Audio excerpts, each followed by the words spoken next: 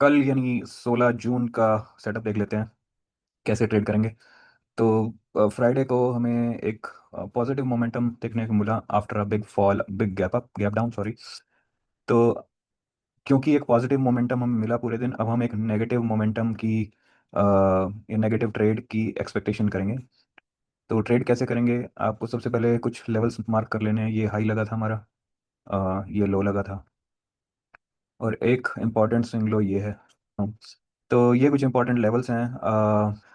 अब आपको मैं सिनेरियोज बता देता हूँ। अगर मान लो एक गैप अप मिलता है आपको, ठीक है, तो गैप अप के केस में दो सिनेरियो हो सकते हैं। पहला, क्या आपको सीधा एक फॉल देखने को मिलता है, उस केस में आपको क्लोजिंग लेवल से एक रीबाउंड देखने को मिल सकता है, और वहां पे आपको देखना है कि 50% रिबाउंड या 61.8% रिबाउंड पे एक रेड कैंडल अगर मिलती है, तो आप एक सेल का ट्रेड लेंगे जो इस लेवल तक हमें टारगेट देगा। ठीक है, उसका स्टॉप लॉस एक कैंडल ही होगा, जिस कैंडल पे हम ट्रेड लेंगे वही कैंडल उसका स्टॉप लॉस होगा।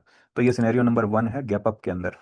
अगर गैप अप हो जाता है और आपको एक up move with green candles नजर आता है, ठीक है, गैप अप के बाद, तो उसमें क्या करेंगे, जब तक ग्रीन कैंडल्स आपको ब्रेकआउट देती रहेंगी, ठीक है, बीच में हो सकता है एक छोटी रेड कैंडल भी आपको नीचे नजर आए, फिर ग्रीन कैंडल से ब्रेकआउट हो जाए। आपको इंपॉर्टेंट लेवल्स देखने हैं, ये और ये क्लोजिंग लेवल और ये स्विंग लो जो थे। वहां से आपको अगर एक बड़ी मारूबोजू रेड कैंडल दिखाई देती है या फिर एक हैमर दिखाई देती है ऊपर, तो उसी के टॉप के स्टॉप लॉस के साथ हम एक ट्रेड लेंगे, जिसका पहला टारगेट होगा ये क्लोजिंग लेवल जहाँ से रिबाउंड होकर दूसरा टारगेट ये होगा। ठीक है, ये हो गए गैप अप के दोनों सिनेरियोज। उसके बाद हम देख लेते हैं कि गैप डाउन में क्या सिनेरियोज हो सकते हैं, वो डिस्कस कर लेते हैं।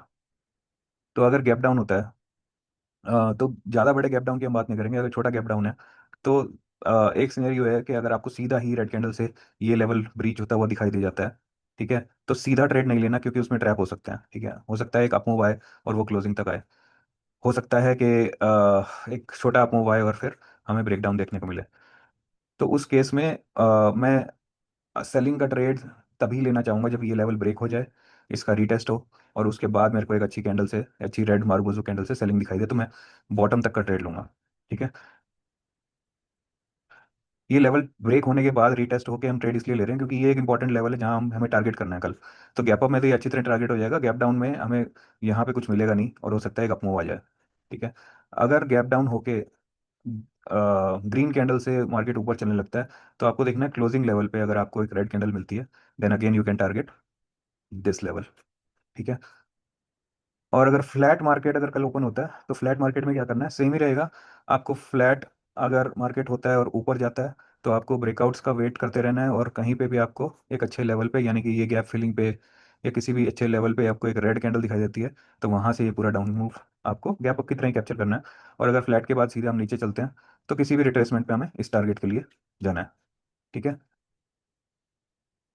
अगर फ्लैट के बाद आपको सीधी इतनी बड़ी रेड कैंडल मिल जाती है, तो इसी लेवल का रिटेस्ट और फिर नीचे। That's all for tomorrow's market. Let me know if you have any question. See you tomorrow again. Bye.